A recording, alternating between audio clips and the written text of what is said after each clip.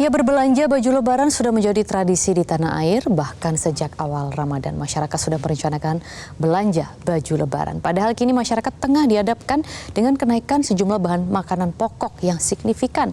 Nah, bagaimana bijak mengatur belanja kebutuhan agar Ramadan berkah, dompet tidak terkuras? Kita akan membahasnya bersama perencana keuangan Prita Gozi.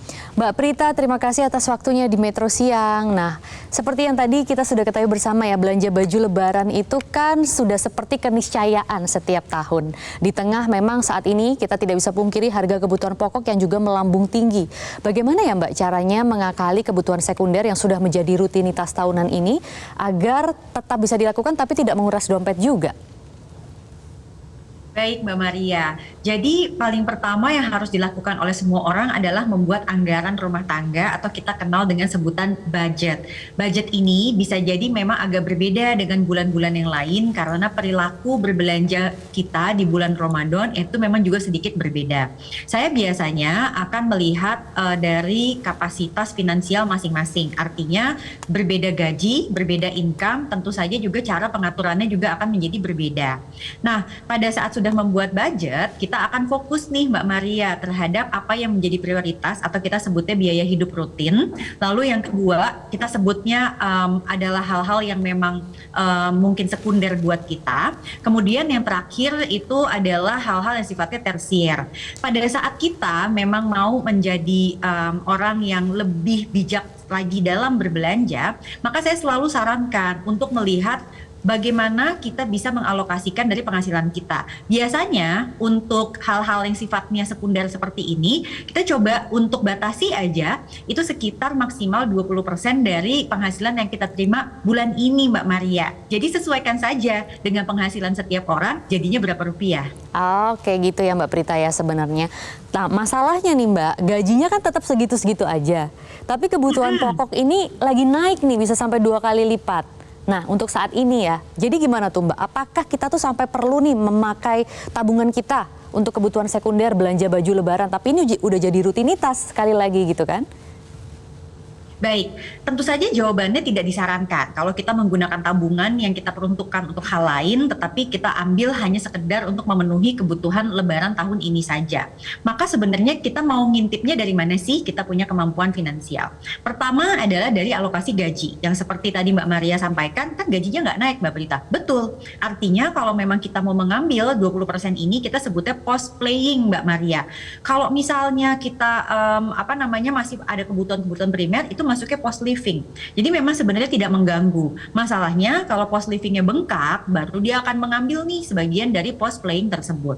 Maka kalau ternyata keambil, kita masuk nih ke bagian nomor 2, yaitu tunjangan hari raya. Jadi dari tunjangan hari raya, boleh nggak kita ambil untuk misalnya berbelanja kebutuhan lebaran? Jawabannya boleh. Biasanya kita alokasikan setengah dari THR itu untuk kebutuhan lebaran. Masalahnya kebutuhan lebaran ini kan nggak cuma pakaian, tapi bisa jadi makanan, kemudian hantaran, atau angpau. Nah, ini yang memang harus gitu ya? dikondisikan setiap orang. Betul, pos-posnya kan beda.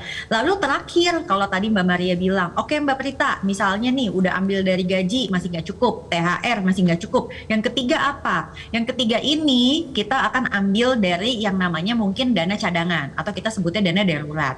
Nah, yang tidak boleh dilakukan adalah menguras habis dana darurat, jadi sampai 0 gitu nggak boleh. Dan yang kedua tidak boleh dilakukan atau tidak disarankan adalah mengambil pinjaman online atau membayar dengan pay later. Oke, pokoknya harus terukur ya. Kalau gitu Mbak Prita mungkin bisa dirunutkan lagi tips and triknya begitu ya.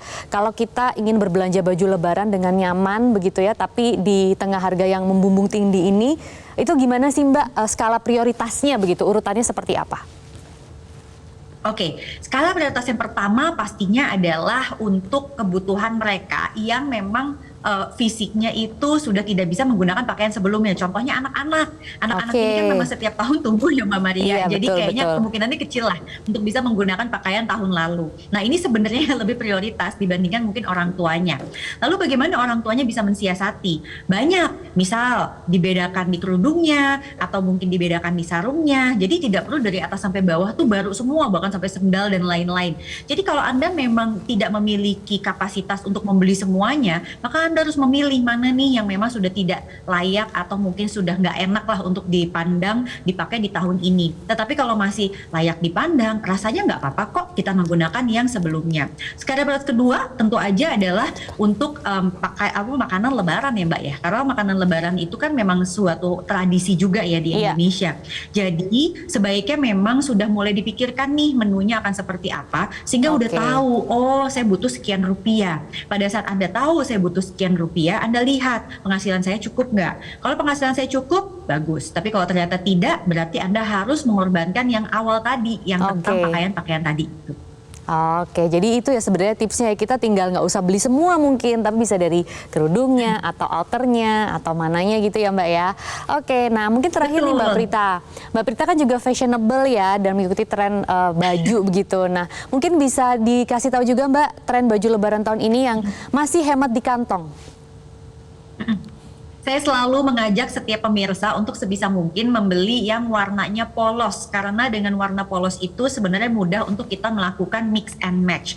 Jadi pada saat kita punya barang-barang yang polos, misalnya dari koko atau misalnya dari gamis, itu akan sangat mudah untuk digunakan kembali dan orang pun juga nggak tahu sebetulnya tahun lalu kita menggunakan mungkin pakaian yang sama. Dan biasanya pakaian-pakaian yang lebih tidak melekat ke tubuh gitu ya, itu dia bisa lebih aman Mbak dengan size kilogram kita berapapun kira-kira seperti itu. Nah mudah-mudahan itu bisa membantu kita untuk mengelola keuangan dengan lebih baik. Oke, terima kasih tipsnya Mbak Prita, pastinya bermanfaat untuk pemirsa yang mendengarkan. Perencana keuangan Prita Gozi, terima kasih sekali lagi informasinya di Metro Siang. Jelajahi cara baru mendapatkan informasi. Download Metro TV Extend sekarang.